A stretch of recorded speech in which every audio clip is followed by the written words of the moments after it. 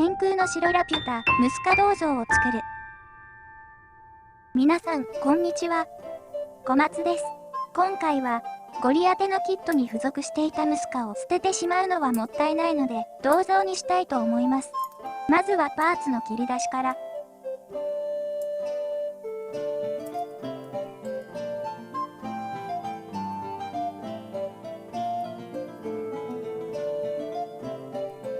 切り出したら、早速組み立てに入ります。流し込み接着剤を用いて隙間に流し込み、少し置いてから押し付けて、隙間をプラで埋めます。パーツごとに表面処理をしたいので、あとはめ加工を施します。引っかかりになるピン部分をカットするだけで OK。表面はヤスリで処理していきます。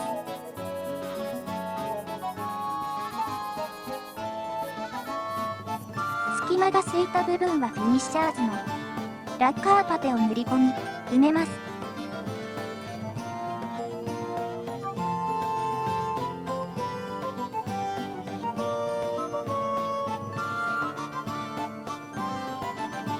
パテを塗ってとりあえず乾燥。この状態でも起立するんですね。パテが乾燥したのでヤスリがけ。それほど細かいモールドはないので、ヤスリがけが早くて助かる。ヤスリがけが終わったら、足や腕などのパーツを接着します。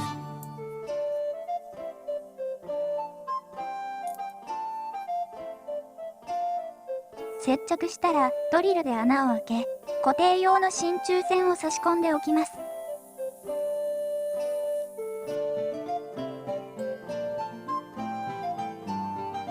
今回使う台座にも、ドリルで穴を開けておきます。ここに刺せば固定完了。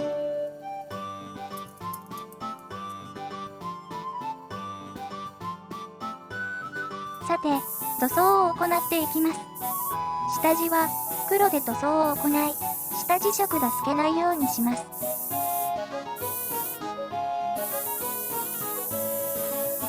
これはこれでかっこいい。さすがムスカ様です。今回は金ピカにしたいので、真鍮の粉を買ってきました。とりあえず、使い方がよくわからないので、綿棒で粉をつけてみることに。当たり前ですがくっつきませんね。手で拭いたら取れちゃいました。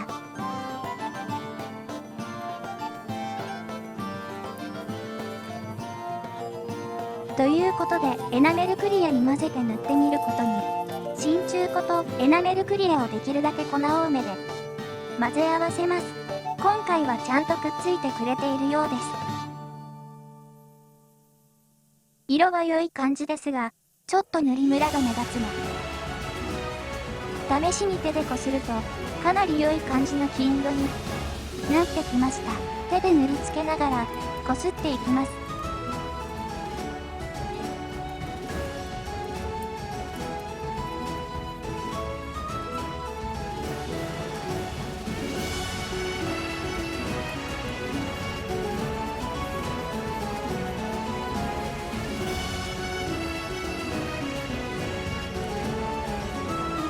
良い感じに金色ムスカになったので、最後にクリアを吹いて剥がれないようにします。これが大失敗。小松の想像してちゃんと違う。仕方がないので方針転換をすることに。金色にしたいなら金でしょ。金箔でしょ。ということで金箔を貼ってみることにしました。貼り方が全くわからないので、とりあえずボンドを塗って貼ってみることに。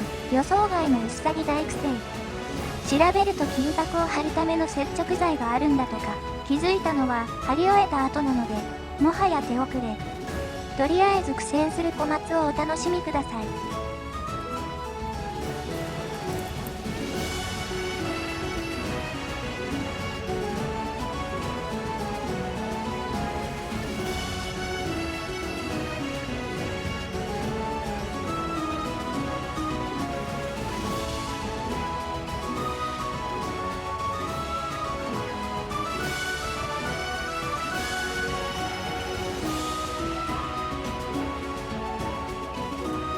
散々苦戦して、やっとなんとか貼り終えました。少々粗ですが、ご愛嬌ということで、脱脂面でこするといいらしいので、こすって少しでもリカバリをしてみる。ちょっとマシになってきました。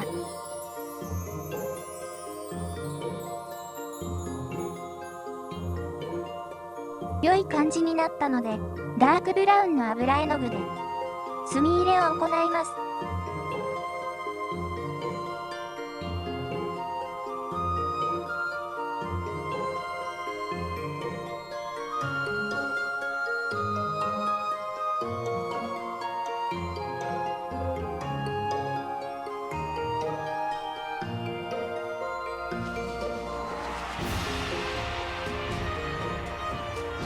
これでムスカ銅像本体は完成です。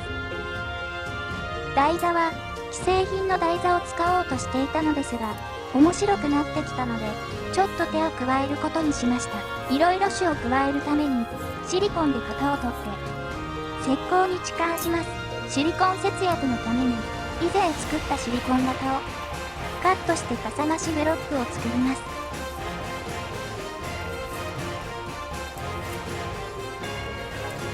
ブロックができたので、シリコンを混ぜ合わせます。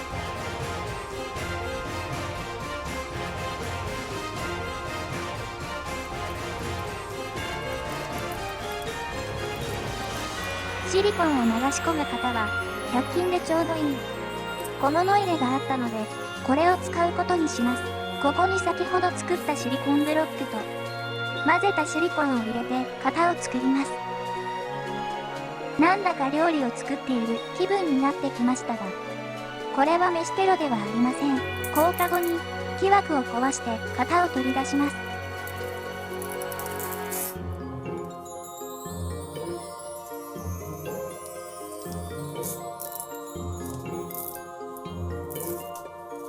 台座を取り出せばシリコン型完成です。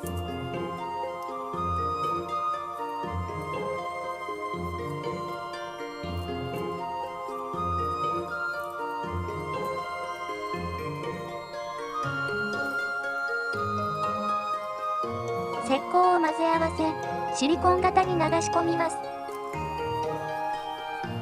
石膏の強度アップと下地の色付けのため、墨汁を一緒に混ぜ合わせます。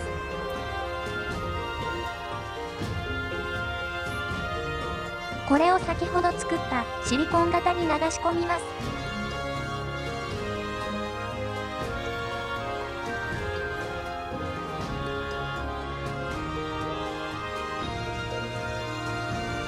硬化したら取り出し、壊さないよう慎重に外します。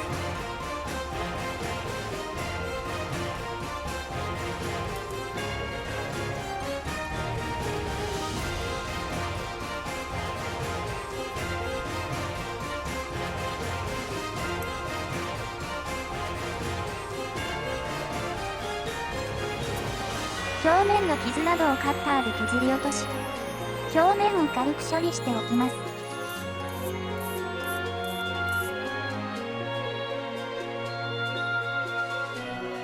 銘板を作るため、金尺で位置を決めて、一段削ります。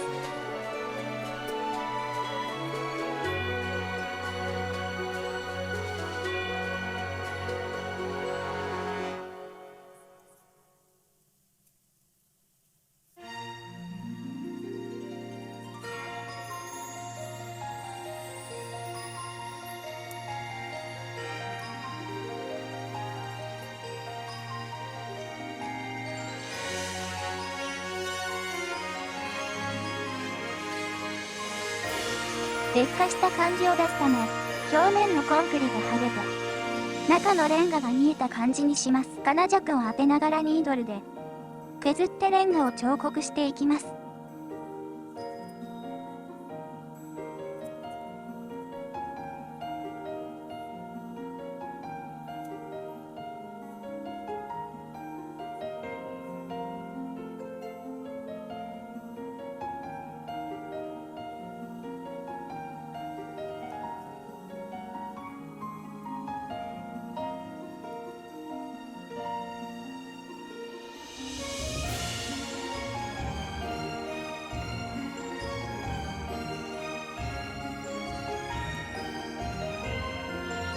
ラピュタにある銅像ということで、古代ラピュタ文字で、ムシカと刻印を入れたいと思います。ラピュタ文字は、公式では、全く何者か公表されておらず、古代ペルシアくさび型文字がモデルではないかと言われており、今回は、ネットからお借りした古代ペルシアくさび型文字フォントを使って、ムシカという文字を作りました。これを参考に彫刻していくのですが、いきなり彫刻できるほど、小松はペルシアに縁がないので、左右反転させて、レーザープリンターで印刷した紙を台座に貼り、除光液を流してトナーを溶かすことで、文字を台座に転写します。これを当たりに彫刻をしたいと思います。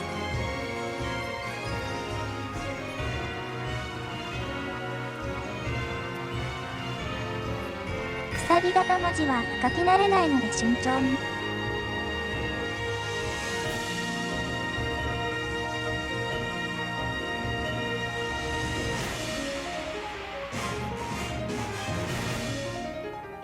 それっぽい感じになったでしょうか。ここまでで、だいぶムシカ銅像が出来上がってきました。ここからは、さらにムシカ台座を際立たせるため、100均で買った小物入れを改造し、高さを上げます。側面についたシールを剥がして、パテを塗り込んで、平面を平滑にします。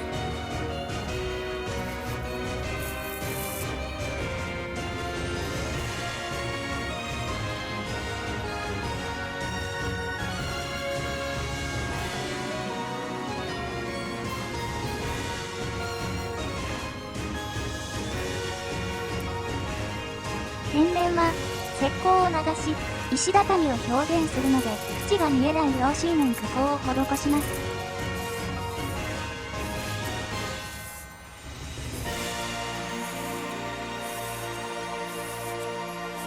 側面に塗ったパテが乾燥したら、紙やすりで削って表面を滑らかにします。天面は石膏を流しますが、さすがに全部を石膏で埋めると重いので発泡スチロールをカット、傘を増しておきます。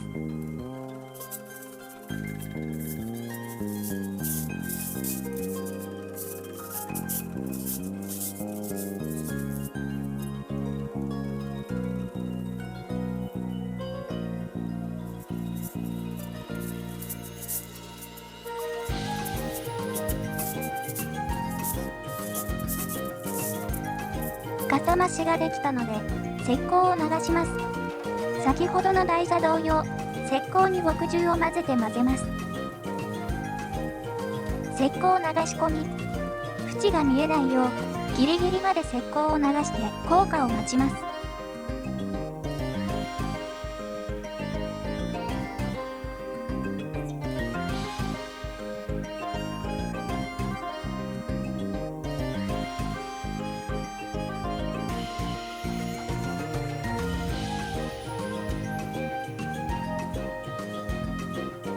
硬化したら、表面張力で盛り上がった面を削り落とします。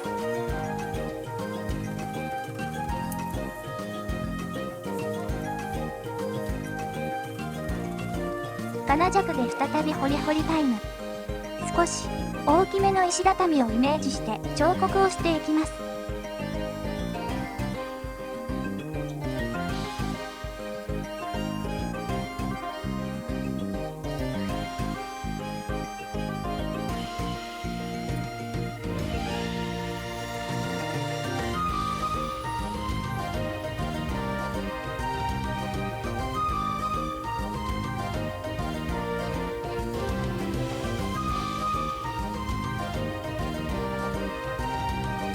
彫刻完了。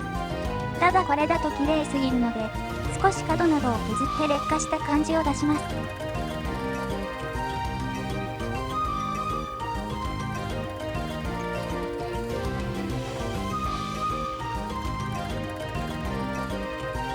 これを2週間ほど置いて、石膏が乾燥するのを待ちました。城下の台座を固定するため、ドリルで2ミリの穴を開け、真鍮線を通します。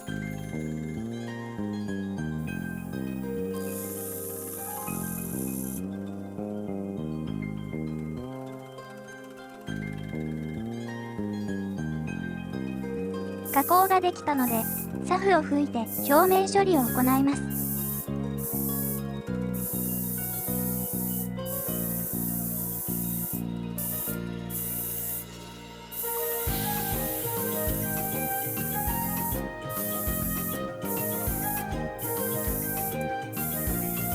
石畳はパレホで一つずつ木や筆で塗ります。自然な石畳の雰囲気を狙って多少色を変えつつ塗装。レンガも同様にパレホのダークブラウンで筆塗りします。その上から台座の色を塗装します。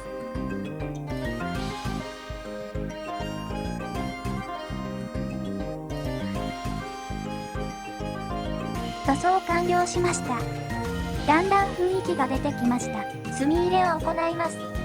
いつもの水筆を使って墨入れ。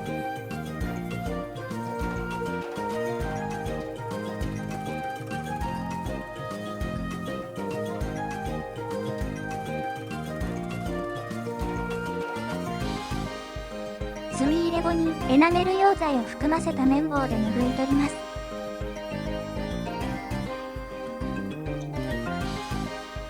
台座の部分も同様に墨入れを行います。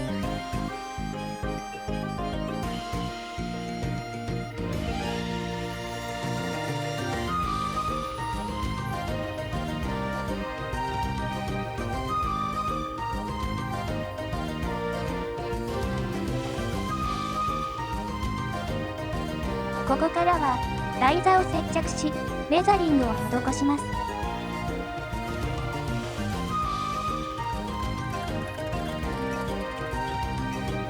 油絵の具のダークブラウンを塗り、水の流れた跡や錆流れを表現します。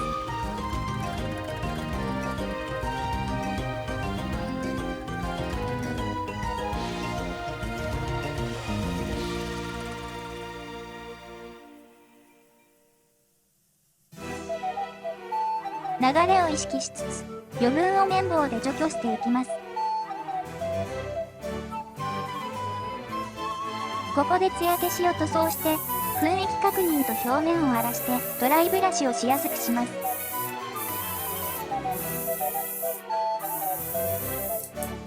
順序を少し間違えたのですが、先にレースの板シートを貼り付けます。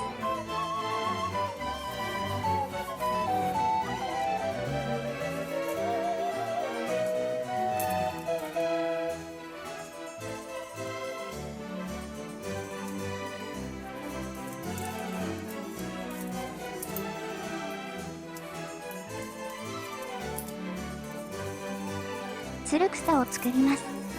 以前、三者門戦車ジオラマで使用した紙作りのつる草を使います。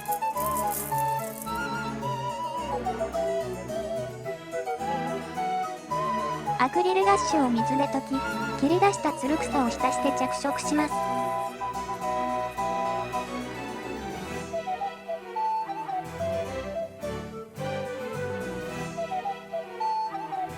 これを乾燥させ、台座に貼り付け、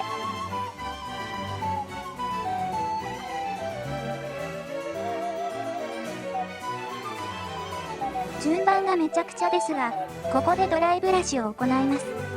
エナメルのバフを使って、両線に筆をこすりつけます。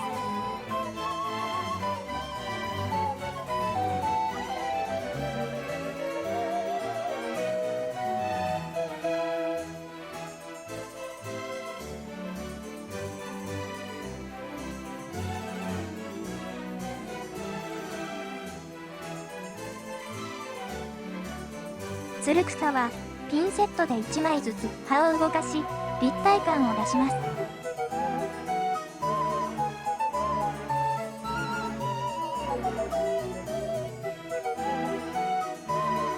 ドライブラシ作業とつる草がつきました。最後に土と草の粉末をボンド水で固着させ、ミニチュアの葉っぱを巻いて台座完成です。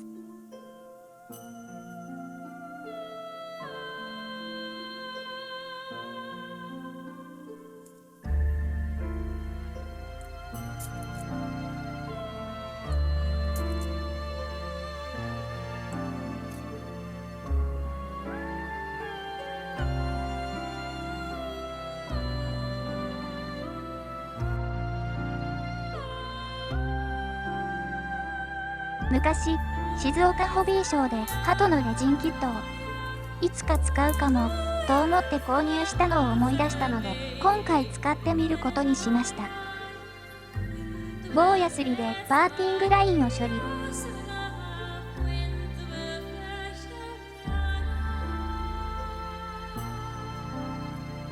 リューターで穴を開けて真鍮線を差し込み、塗装用の持ち手を作ります。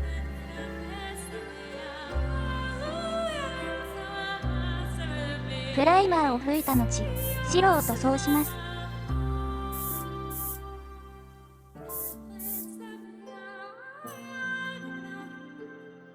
ファレホを使い、くちばしと足を筆塗りします。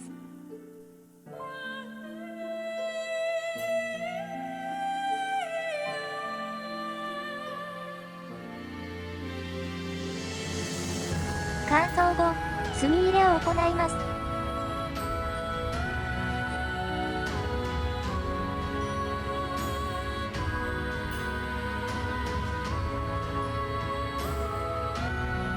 湯口から切り落とし、台座に2匹、大佐の肩に1匹配置します。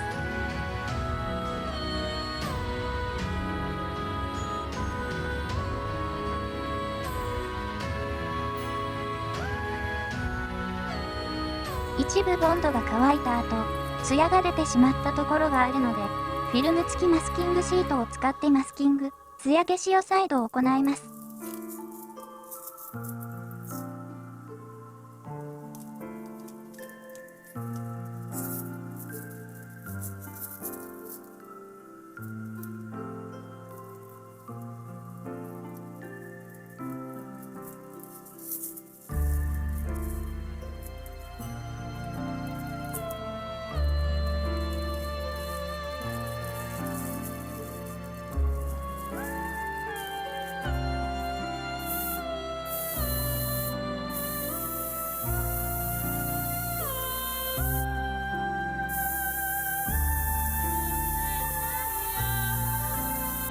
ムスカ大佐を取り付け、完成です。